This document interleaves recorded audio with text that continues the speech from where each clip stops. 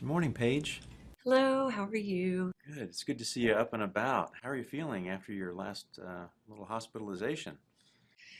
Well, it was pretty scary. I'm definitely improving, but I don't feel as well as I think I should.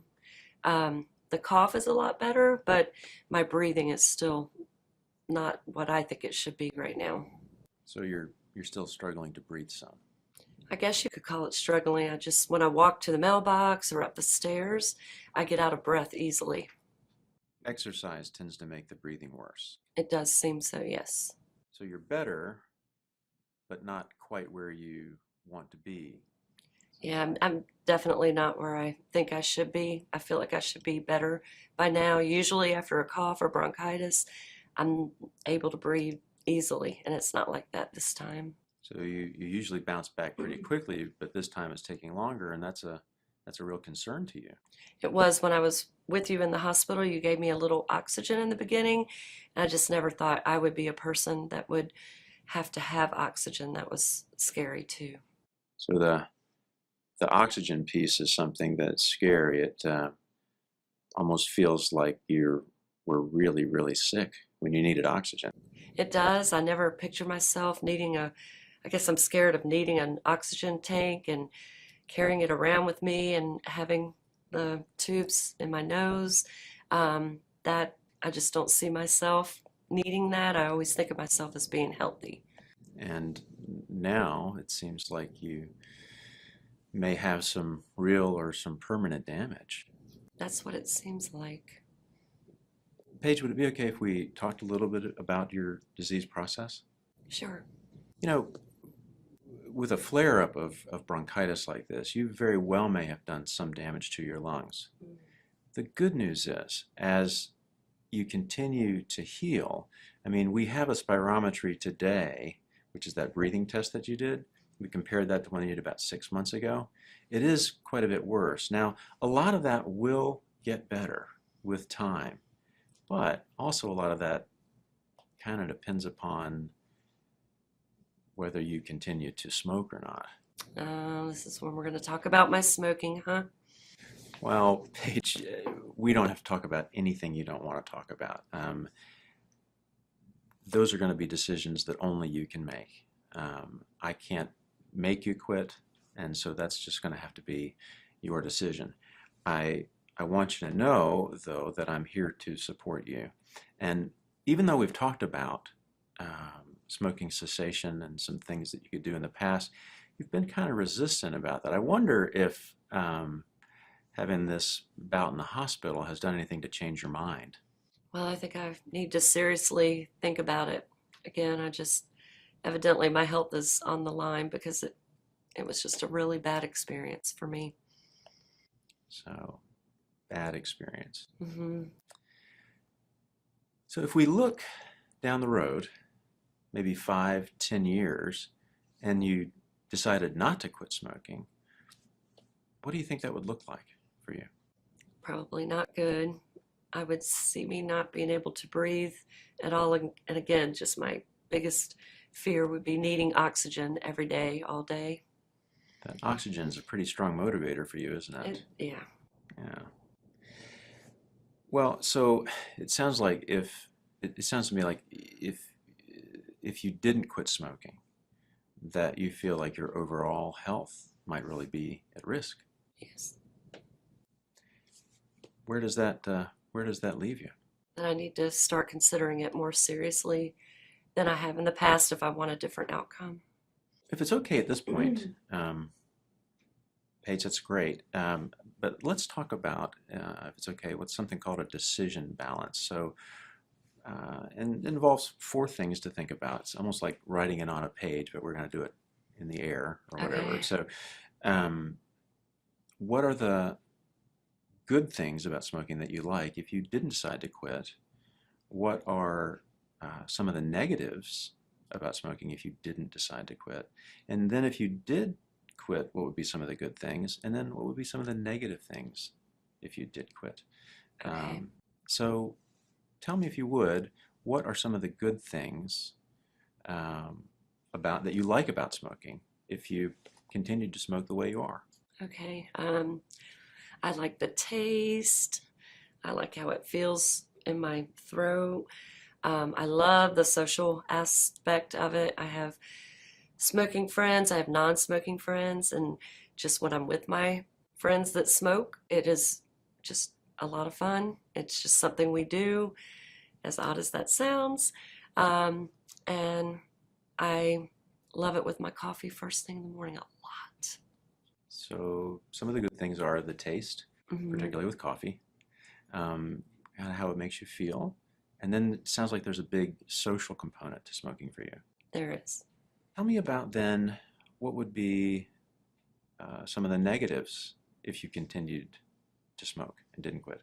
My health, that would be the number one. Things that are negative about smoking, the smell in my clothes, my hair, and that it's a lot of people that I surround myself with, it's not socially acceptable anymore. And that does make me uncomfortable. So some of the negative things would be its impact on your health, Right. the smell, clothes, and so forth. And then there's a lot of kind of social pushback Yes, there is. with cigarette smoking. I see. What else? Well, my husband, Dan, recently stopped smoking, and That's right. yeah, That's he's done right. quite well, but now it seems like he's righteous and I'm an addict. And he says things like, you could just do it if you'll just do it. You know what those cigarettes are going to do to you. Why don't you just stop? I tell him I've stopped 100 times and I'll stop when I'm ready. But that's put a strain on things. It does sound like he's concerned about you and concerned about your health and that he loves you. I know it just doesn't feel that way sometimes, but I know that he would be supportive because he wants what's best for me.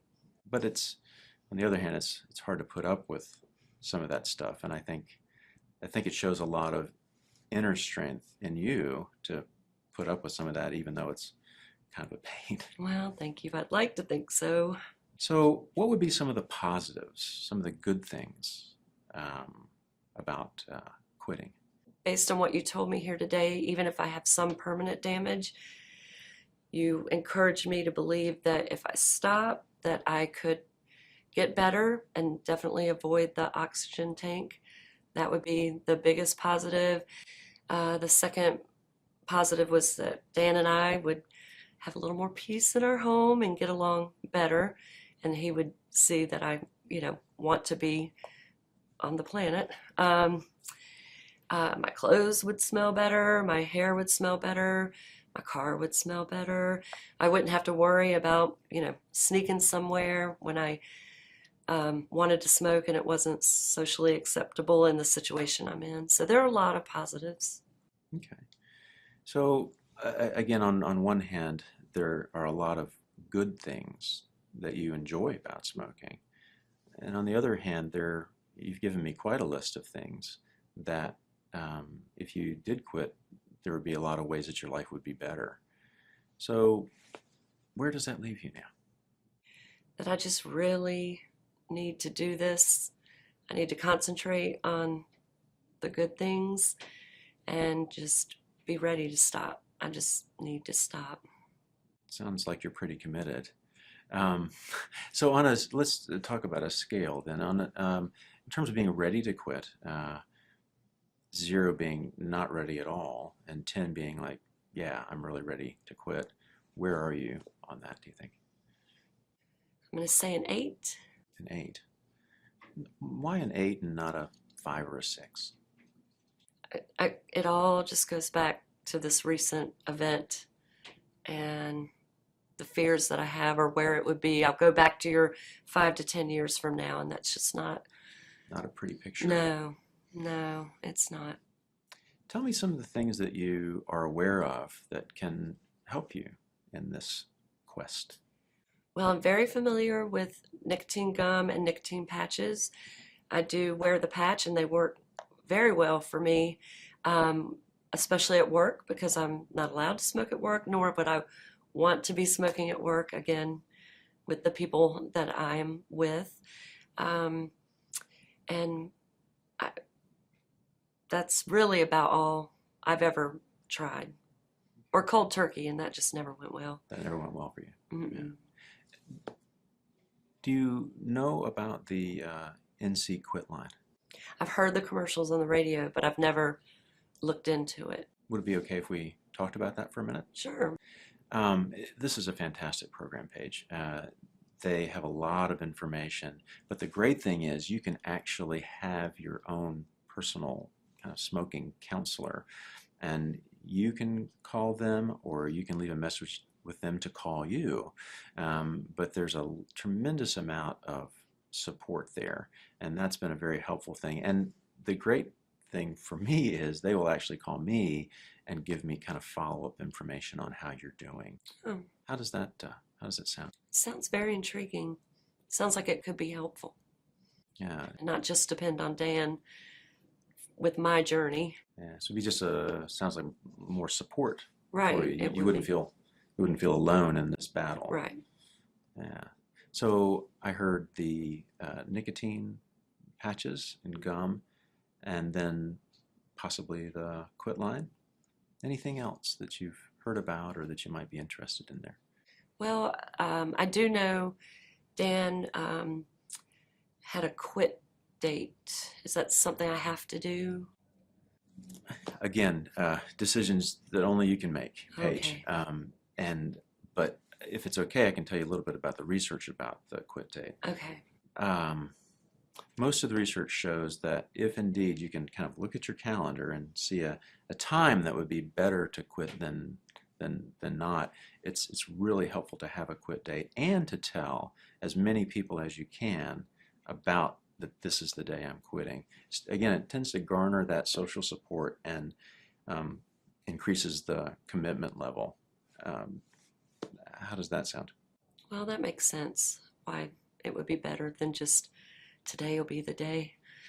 Is there any time that would be better for you to get a quit date than another day? We do have some plans coming up, so I think a week from Monday socially would be better. That's the day, a week from Monday. Yes. Would it be okay if our office called you on that day to just, again, give you a little bit more support, let you know that we're with you? Sure. And That would be good.